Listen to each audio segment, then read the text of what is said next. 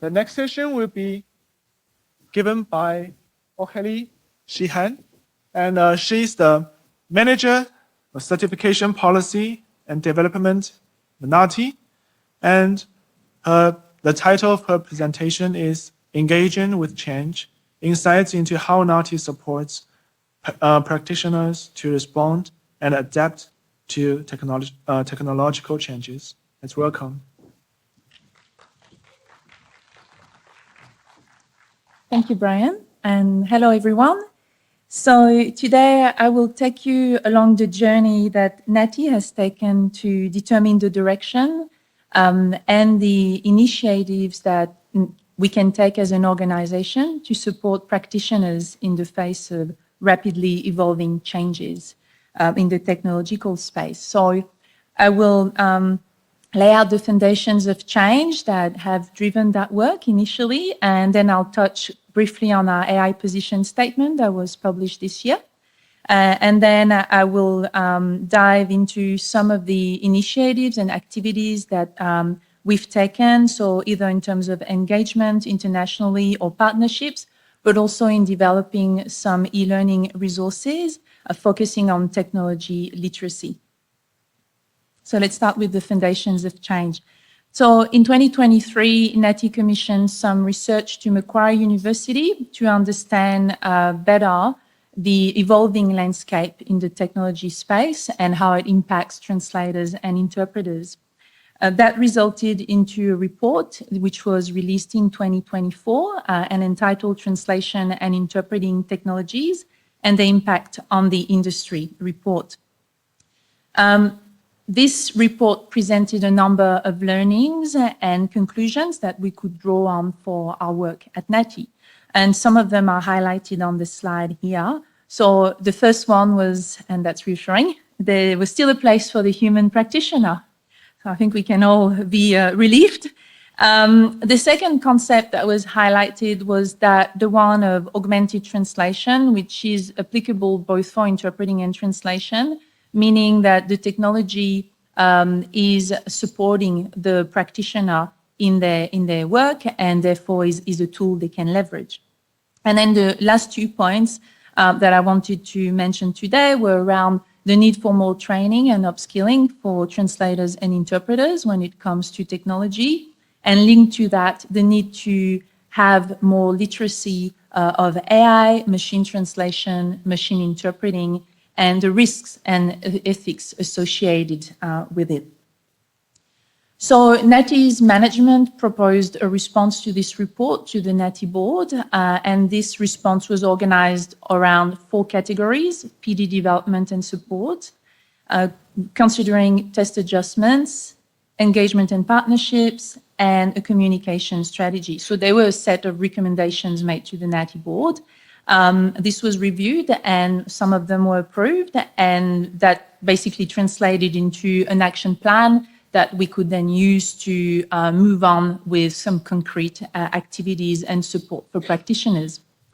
So for PD and development support, it was decided we'd commission the development of an e-learning resource on artificial intelligence, machine translation, and interpreting technologies literacy.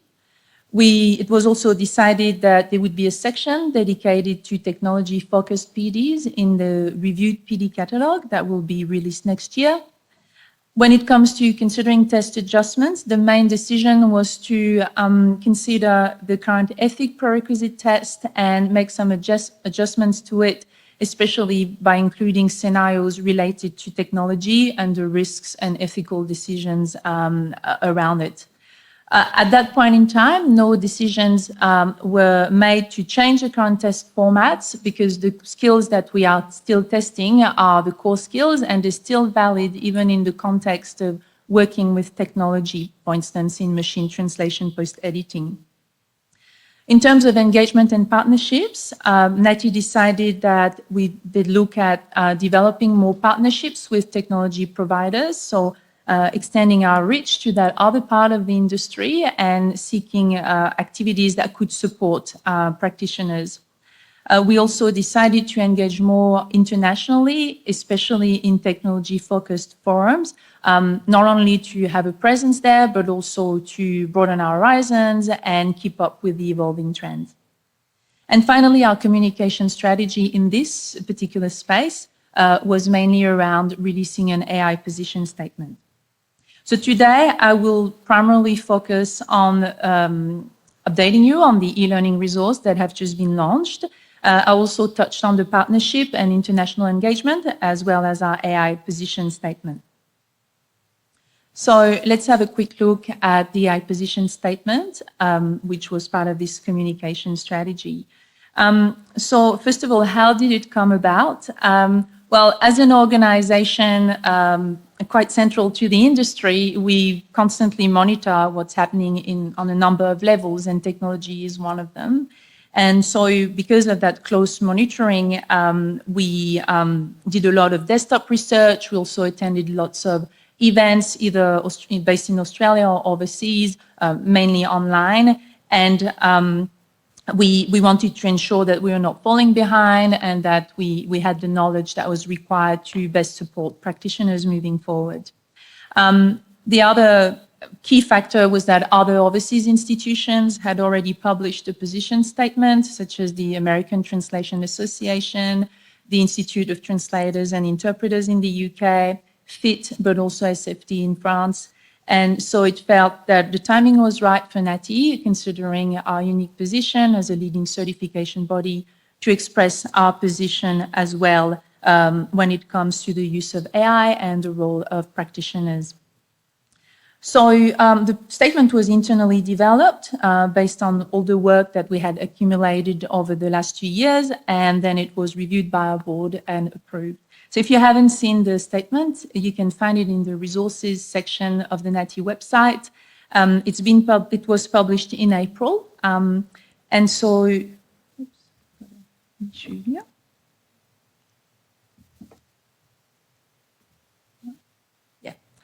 So I won't cover everything because I just don't have the time today. But basically, the main points is that we are stating that practitioners should embrace the technological changes. Technology is there. It's not going to go away. There are billions of investments being made as we speak. But the key is for us as an organization to support practitioners in embracing this change and enabling them. It's not the sole role of NAATI, of course. OSIT and other organizations are also doing that. And of course, most importantly, the statement is recognizing the role of the human practitioner, especially in its capacity to manage risks for clients and to provide expertise in the particular domains, but also in a high level of load proficiency and cultural nuancing, which is important to managing risks of AI or machine translated content. So now let's move on to the engagement and partnerships. So NAATI is engaged in quite a number of forums this year that were based overseas. The Gala Conference, the Lockworld Conference, Taos Conference, SUTI Conference, we're an associate member of SUTI, but also the FIT Congress, and more recently, the International Translation Forum in Saudi Arabia. I've attended 3 of those, so I wanted to share some of the learnings, but these are clearly applicable to the other events that were attended, and we found some common thread there. One of the main learnings that we took on board, especially for the work we wanted to do, was the need to upskill for practitioners so that they can leverage the technology and remain relevant, but also for trainers in TNI, project managers in translation workflows, and so on and so forth.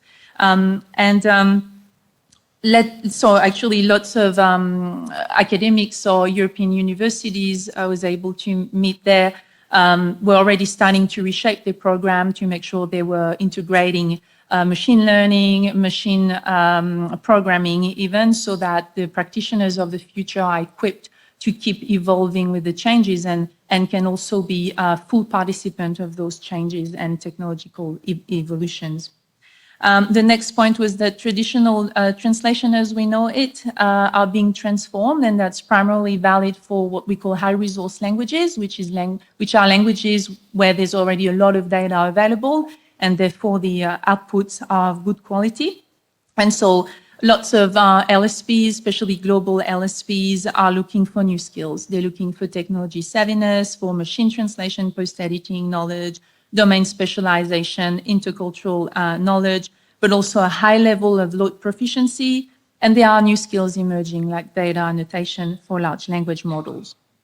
The reassuring part, again, was that there's still a place for the human translator, and this all revolved around the notion of risk management and quality management, cultural nuancing again, and also the role that they play, especially in regulated content context where the risk is high, or even for visible or impactful content where there could be a reputational risk for the client. So some of the trends that were mentioned was that we are slowly going to, or slowly depending on the languages, but going towards potentially a high-end boutique service where the human translator would be really involved in those high-stake content rather than the generalist, easy type of content that the machine might be able to handle moving forward, again, for those high-resource languages. Two other points I wanted to mention was the importance of client education, and that links back to what I was mentioning earlier, like the importance of AI literacy, machine translation literacy, interpreting technology literacy, so that practitioners can play an active role in educating their clients when it comes to technology. Some of the discussions highlighted that clients who move towards using AI or machine translation rarely go back to full human translation. So it's important for the practitioners to play an active role in this and be able to explain to clients when the machine is appropriate and when it's not. And finally, interpreting was less central, interestingly, because the technology is not impacting this area of the profession as much as it is for translation yet, simply because sometimes the technology is still not suited to the interpreting setting, like, for instance, conference interpreting. However, interpreters are starting to be leveraged as well for their load proficiency, their cultural knowledge, just like translators. So I thought that was an interesting point. And that leads me to now the more concrete activities and initiatives that we've taken. Part of the work NAATI has been doing to support practitioners was to look for some partnerships and for trying to find added benefits as well to NAATI-certified practitioners. So this presentation focuses on what we've done to date, but we still see this as an evolving space, and therefore there might be other initiatives taken in this space moving forward on other partnerships. We are very pleased to secure a partnership with MemoQ, who's a CAT tool provider, one of the leaders in this space internationally. And we've been able to secure a preferential rate for NAATI-certified practitioners that is exclusively for NAATI-certified practitioners, and they can benefit of a 15% discount on their first year of subscription to MemoQ Translator Pro, which is the freelance version of the tool. There's a QR code on the slide. If that's something you're interested in looking at, you can scan the QR code. It will take you to a landing page where you can claim your offer. We also have some brochures at our booth as well, if you prefer that. We were also able to organize an online discussion panel with Professor Mark Orlando and Balazs Kis, who's one of the leaders at MemoQ, and discussing the impact of evolving technologies. So now I wanted to spend a bit more time on the modules that we've just released. Two were released in October and one is just in early November. So as part of supporting the practitioners in gaining that AI and technology literacy, we partnered again with Macquarie University, and I'd like to take the opportunity to acknowledge Professor Mark Orlando, who's here in the room. Thank you for your expertise in this work. It was invaluable. And also Vanessa Enriquez, who has been a part of the team as well and working alongside Mark in developing those resources. It was an 8-month development process. So Macquarie University provided the technical expertise, but NAATI built the resource in our learning management system. So it's a NAATI-owned resource. And again, I'd like to acknowledge my colleague, Sébastien Robin, who's here in the room, because he was the technical lead behind the scenes and making this happen. So well done, Sébastien. and Helen as well, but I don't think she's in the room here. So so it was a team effort, an 8-month development process to be able to provide NAATI-certified practitioners a free PD, which is exclusive again to practitioners. It's accessible from NAATI Learn, so you can access this from our website. If you're unsure, you can contact us as well, and we'll help you out. It will also be referenced in the new PD catalog. So there's a QR code here again on the screen. You can scan this to find out more information, and we have brochures at our booth as well.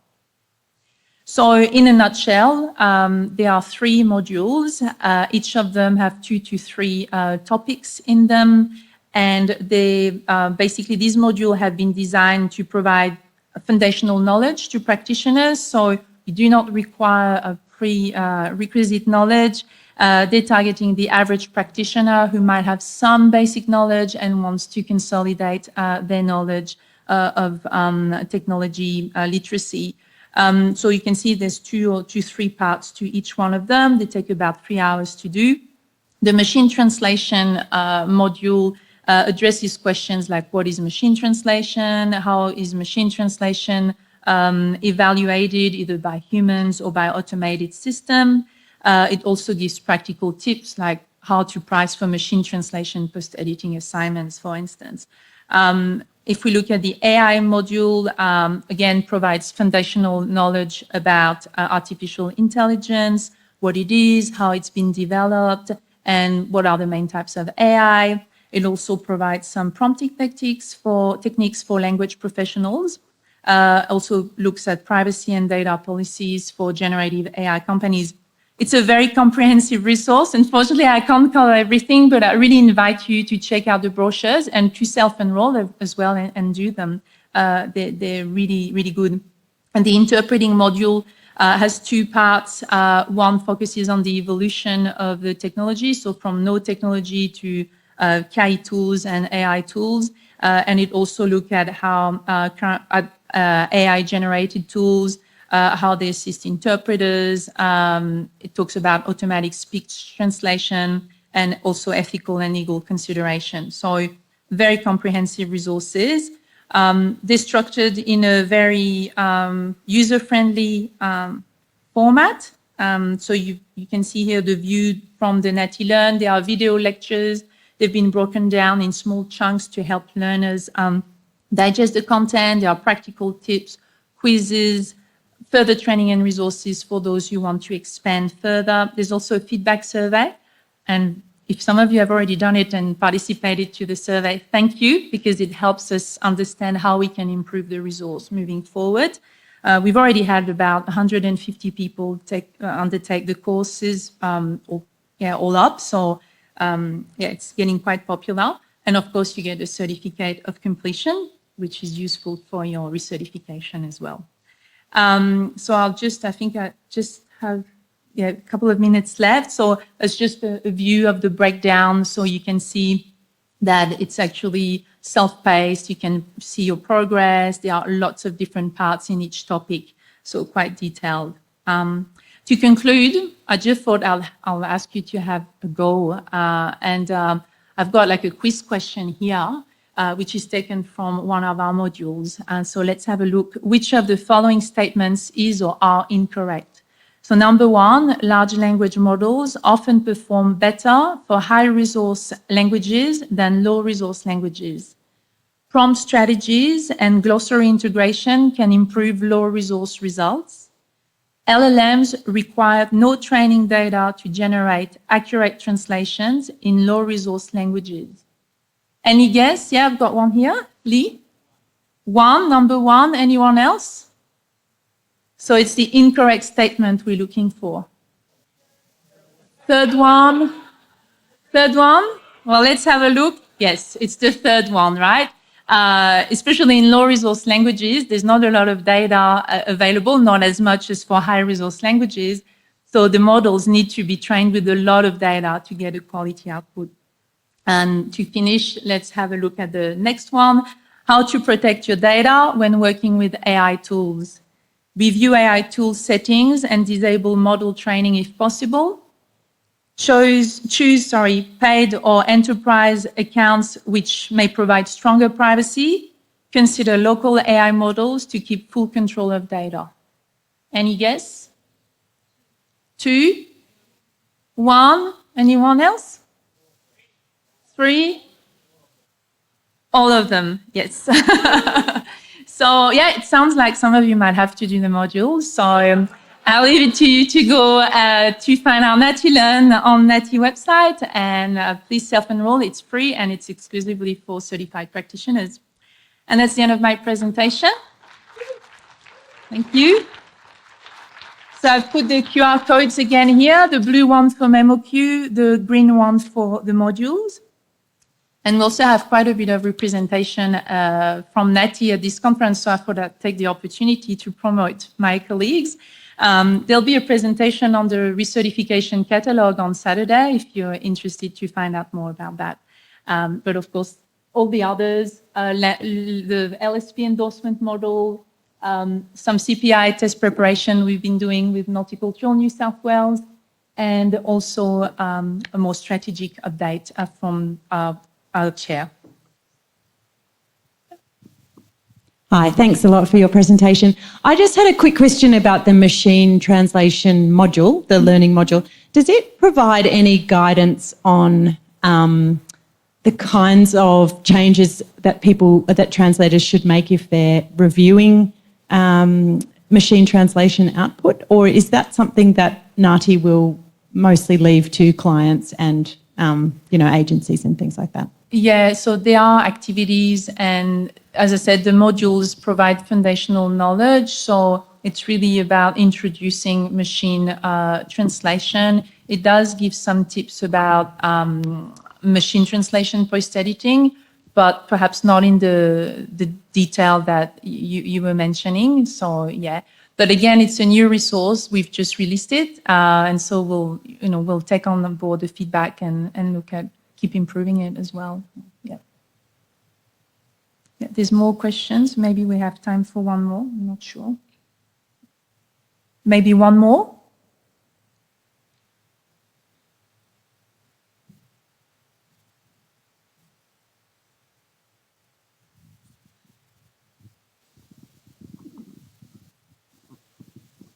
Hi, Aurélie. Thanks very much for the presentation. I was just wondering, with the conferences that you attended, was there much discussion about the downward pressure on pricing, given the sort of widespread use of machine translation in particularly high-resource languages? Personally, in the last couple of weeks, I've had my first clients come to me with translated documents, pre-translated documents, and ask me for a discount. So I'm just curious whether anyone else is experiencing that and how they're handling it, and if you heard anything about that. Yeah, thank you. That's a very good question, and I think very relevant. Yes, in some of the conferences I've attended, especially those that were more tech-focused, like Lockworld and Taos, this came up, and it was quite interesting because it came up from the perspective of the LSPs, especially those global content providers, as they call them, where there were discussions around how to redefine the pricing models. Because as practitioners, yes, we do get this kind of request, right? But also LSPs find themselves challenged as well in how they should price the work, considering the technology is there and can do some of the work. So there was some reflections, no solutions, but reflections around redefining pricing models, such as they were thinking about would a subscription plan be a solution in the future? So offering to their clients that you can have different plans, and one of them is you pay that much a year or a month, and you have those many words translated. You can choose to have human review as well as part of that. But the question mark was still around how does it work for the practitioner as well in this. So clearly what was interesting is that the challenges were not just on the practitioner level, but across the whole industry. And everybody is thinking about, okay, how is it going to work moving forward? We need to upskill, we need to reskill. how we're going to charge. So yeah, it's definitely, I'd say, in the discussion, but unfortunately I don't have an exact answer to that. So I think that's probably a wrap. Thank you everyone for attending.